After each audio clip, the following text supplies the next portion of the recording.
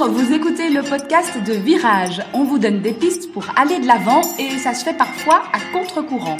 Si face à un problème, quel qu'il soit, vous vous êtes déjà dit « j'ai tout essayé, rien ne va, je ne sais plus quoi faire », alors vous êtes au bon endroit. Je suis Marina Blanchard, psychologue, formatrice et fondatrice de Virage. Mon école s'inscrit dans la lignée de celle de Palo Alto, c'est-à-dire de la thérapie brève. Et je suis Peggy Van Lierde, chef d'entreprise, journaliste et coach en développement personnel. Ensemble, nous vous proposons des réflexions pour avancer autrement. Alors pour ce nouvel épisode, on va vous parler de vision du monde. On a appelé cet épisode « À chacun ses lunettes » parce que on ne regarde pas le monde et la réalité toujours de la même façon et donc chacun a des lunettes différentes.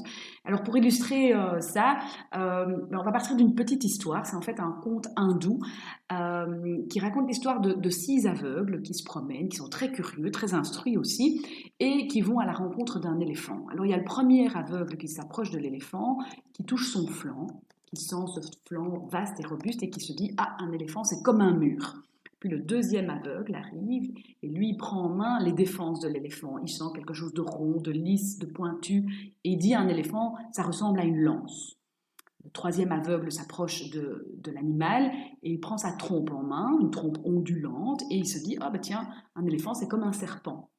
Le quatrième aveugle tend une main vers le genou de l'éléphant et il est convaincu que l'animal ressemble à un arbre.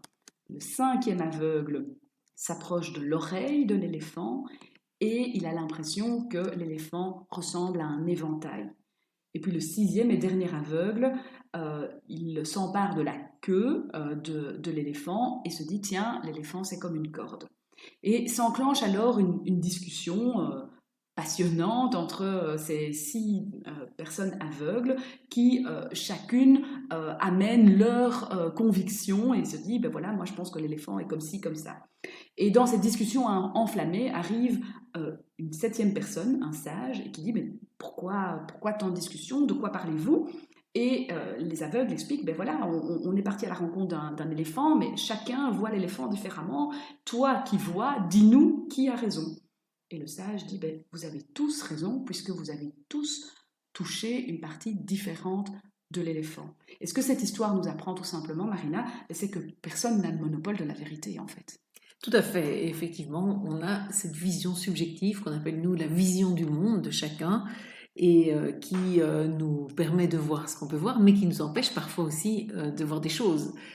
Et du coup, parfois, qui nous empêche d'imaginer des réactions différentes, des réactions qu'on met en place face à une difficulté, face à un problème, et donc, effectivement, qui nous enferme un peu, si on peut dire. Donc, en fait, cette vision du monde, à la fois, elle est très rassurante. Heureusement qu'on a des principes, des valeurs, une manière de se dire, voilà, c'est comme ça qu'on éduque un enfant, ou c'est comme ça qu'au travail, le respect, ça passe par là, par là, par là. Et voilà, on n'a pas tous les mêmes. Le respect, ça passe par la ponctualité pour certains, pour d'autres pas du tout. Ça passe par une manière de parler à l'autre. Enfin voilà.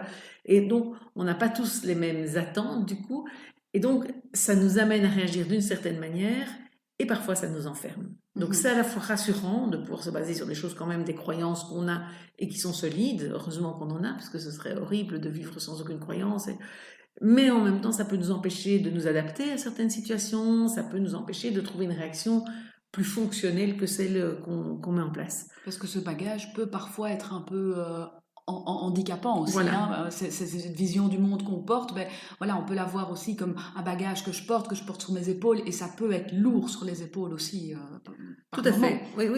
Et parfois, voilà, on réalise même pas que c'est ça, tellement c'est quelque chose qui est à l'intérieur de nous et qui est très, très présent à l'intérieur. Donc, pour avoir du recul quelque part sur cette vision du monde, l'idée c'est de changer de lunettes, comme on disait.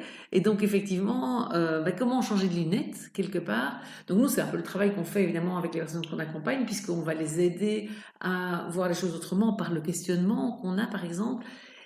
Et j'ai envie de dire une des questions clés pour ça, c'est la question quand la personne nous explique une situation, donc on essaie de comprendre comment elle réagit à la situation, comment elle veut changer son problème, et on va leur demander est-ce que ça marche? Alors ça paraît un peu idiot comme question, comme ça, parce qu'évidemment, quand ils viennent nous voir, souvent c'est que ça fonctionne pas très bien, parce que sinon ils ne viendraient pas nous consulter.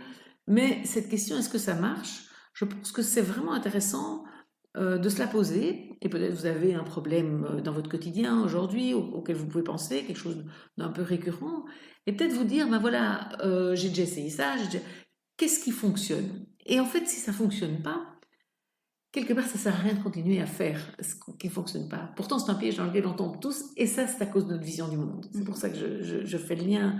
euh, Et d'où l'intérêt de peut-être alors changer de lunettes et pourquoi pas parfois mettre les lunettes de l'autre, de celui avec qui on rencontre un problème par exemple. On pourrait se dire, bah, tiens, je pourrais essayer de voir le problème qui nous préoccupe et qui me préoccupe avec le regard de l'autre. Hein. Donc voilà, si on prend l'exemple dans un couple, quelque chose qui coince, ben, peut-être que je pourrais une fois mettre les lunettes de mon compagnon, de mon mari, pour voir quel est le regard que lui pose sur la situation. Oui, tout à fait. Et du coup, déjà, ça m'expliquera ses réactions. Parce qu'en général, si on peut mieux comprendre la logique de l'autre et donc sa vision du monde, ben forcément, on comprendra mieux comment il réagit. Et donc, à ce moment-là, ça peut déjà aider à réagir soi-même différemment, de mieux comprendre pourquoi il réagit comme ça. Parce que quand même, c'est vrai qu'il faut bien le dire, les hommes sont parfois très mystérieux pour nous, et je pense inversement, hein, on l'entend souvent, je pense même peut-être encore plus inversement. Mais du coup, c'est intéressant effectivement de se mettre dans la position de l'autre, que ce soit effectivement, d'ailleurs, bon, ça peut être du même sexe ou pas, ça peut être aussi notre fils ado qui vit tout à fait voilà, d'autres valeurs, qui vit d'autres choses à l'école et tant qu'on ne s'est pas vraiment mis dans sa position, hein, c'est difficile de pouvoir, le rejoindre et donc ça peut déjà aider au niveau de la communication. Et alors effectivement, si on veut encore aller un peu plus loin, je dirais dans ce changement de lunettes, c'est une question que je pose très très souvent en séance. Quand quelqu'un vient parce qu'il voudrait changer une relation avec quelqu'un d'autre, donc que ce soit un collègue de travail, une situation par exemple de harcèlement, où la personne souffre parce que voilà, elle a l'impression que systématiquement quand elle dit quelque chose, c'est critiqué, que il y aura une petite phrase qui va le tacler dès le départ de la réunion, que ça va être fait si possible en public, que de manière générale enfin, il y a vraiment une situation où voilà, tout le monde sait plus ou moins ce qu'on entend par harcèlement, même si ça peut se décliner de manière très différente. Et la question que je pose, je dis, mais en fait, quel serait l'intérêt de l'autre, de celui qui vous harcèle, que vous dites, que vous nommez par exemple manipulateur, pervers, narcissique, par exemple, quel serait son intérêt à lui à changer? Et en fait, c'est une question qui souvent interpelle pas mal parce que du coup, c'est une question qu'on ne se pose pas spontanément. Et on peut se la poser pour voilà, un conjoint tout à fait aimable et gentil, mais qui a tel ou tel problème, enfin, ou avec lequel on a tel ou tel problème plutôt relationnel. Et on peut se demander la même chose, hein, voilà, il ne range jamais rien dans la maison. Quel serait son intérêt à ranger finalement? Et en fait, à cette question-là, on se rend compte que souvent, la réponse est je vois pas très bien. Ou bien ce serait pour me faire plaisir. Alors, cette réponse-là, pour le conjoint, elle peut encore passer, mais pour le manipulateur pervers narcissique qu'on a en face de soi, puisque souvent c'est comme ça que sont nommés, hein, je dis bien, je dis pas moi que tous les harceleurs sont des manipulateurs pervers narcissiques, mais souvent ils sont nommés comme ça par la personne qui en souffre. Quel serait l'intérêt du manipulateur pervers narcissique si vraiment il prend du plaisir, parce que si vraiment il est pervers, en plus il prend du plaisir finalement à faire souffrir, quel serait son intérêt à changer? Au contraire, il perdrait du pouvoir sur la personne qui est harcelée, etc. Donc finalement, cette question-là, elle est vraiment importante parce que tant qu'il n'y a pas d'intérêt à changer, ben, l'autre ne changera pas. Et je prends un autre exemple encore hein, qui me vient maintenant, c'est quel serait l'intérêt pour un enfant qui a le soir un peu peur au moment de se coucher, etc., d'arrêter d'avoir peur presque si maman vient quand même lire encore une histoire, puis apporter 3 verres d'eau, et puis reste sur le palier, voire même reste à lui tenir la main dans son lit, quel serait son intérêt à changer?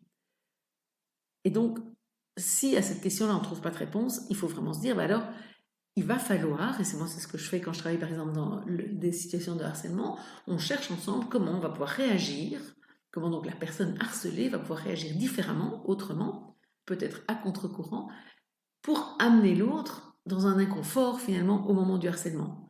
Ou comment la maman va pouvoir réagir autrement avec son enfant qui la sollicite et la ressollicite le soir, pour que pour l'enfant, ça soit moins intéressant de continuer ces sollicitations-là.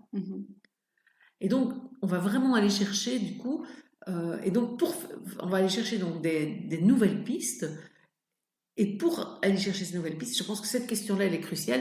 Posez-vous la question, si vous voulez que quelqu'un d'autre réagisse différemment dans certaines situations, quel serait son intérêt à réagir différemment? Si vous ne trouvez pas de réponse à cette question-là, quelque part, il va falloir vous le mettre dans une situation où il a intérêt à ce que ça bouge. Ça, ce sont vraiment les deux exemples très concrets où on change de lunettes avec une autre personne. C'est ça. Mais alors, on peut changer de lunettes aussi soi-même. Je dirais, tout autre exemple, on peut avoir des lunettes très très noires, très foncées, et on regarde la vie et son problème à travers ces lunettes très obscures.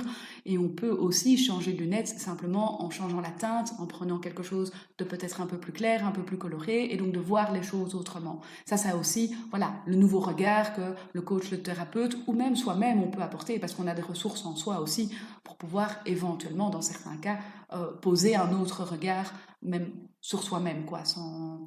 Oui, tout dépend évidemment de quel degré de situation, de souffrance, parce qu'à certains moments, voilà, pour certains, les lunettes noires sont inchangeables. Ils ont même essayé de mettre des roses ou des... Voilà. Et au contraire, plus ils essayent de mettre des roses, plus ils se sentent en échec et plus ils sont mal. Mais pour certains, ça peut effectivement être une manière de réagir, de se dire, voilà, je vais regarder, voilà, en fin de journée, je vais faire un petit bilan et me dire, bah, qu'est-ce qui était positif finalement cette journée, plutôt que rester toujours sur toutes ces pensées négatives. Et dans changer de lunettes, alors un dernier exemple aussi, ça pourrait être simplement changer la monture.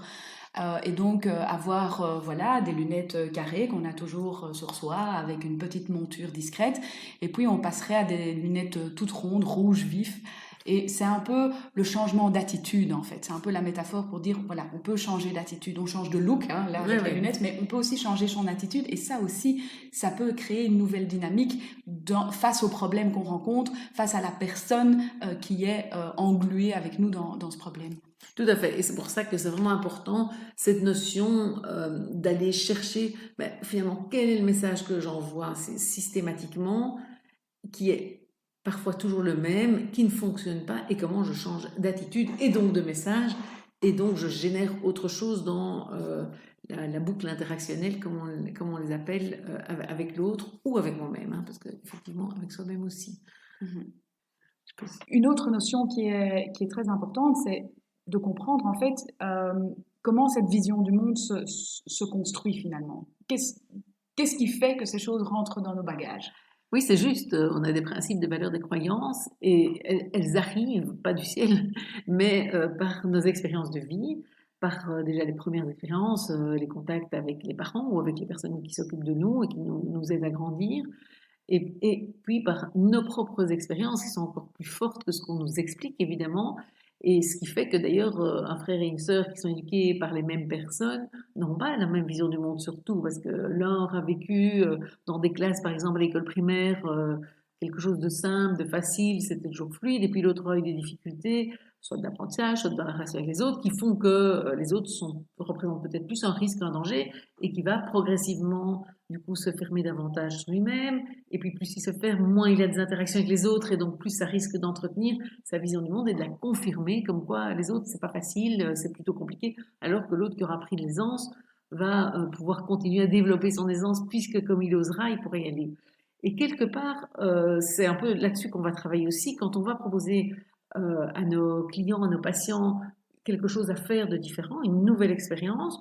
Notre idée, c'est qu'ils vivent la nouvelle expérience et ça ne va pas forcément débloquer le problème, mais ça va leur faire vivre quelque chose qui va être une expérience en plus dans leur bagage et qui va donc assouplir quelque part leur vision du monde et qui va donc leur permettre d'avoir plus de possibles. En fait, l'idée, c'est vraiment d'ouvrir le champ des possibles pour les personnes qui nous écoutent et puis pour les personnes qui viennent consulter aussi. Et éventuellement, donc, de prendre des jumelles plutôt que des lunettes si on veut mettre une focale sur quelque chose, par exemple.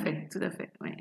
Un angle plus large, un grand angle. Voilà. Un grand angle ou une loupe, en fonction ou une loupe, exact. De la situation face à laquelle on est confronté. Alors justement, pour aussi apporter un nouveau regard dans ce podcast, c'est quelqu'un qui viendra avec des nouvelles lunettes. La semaine prochaine, on change un peu de format et on passera en mode interview. Donc en fait, on aura une invitée Anne-Françoise Jans qui va nous parler de procrastination. C'est cette tendance que l'on a à toujours ou souvent remettre à plus tard, quel que soit le domaine d'ailleurs. Ça peut passer dans des tâches quotidiennes, le travail que l'on postpose, la to-do list qui n'est jamais terminée, à laquelle on n'arrive jamais à bout parce qu'on a toujours d'autres choses à faire avant. Ça peut être aussi un projet de vie, un projet de changement que l'on a mais qu'on remet systématiquement à plus tard parce qu'il y a toujours autre chose à faire entre-temps. Bref, pas mal de sujets qui pourront être évoqués dès la semaine prochaine. Marina, donc on retrouve Anne-Françoise Jans la semaine prochaine. Tout à fait, à la semaine prochaine du coup.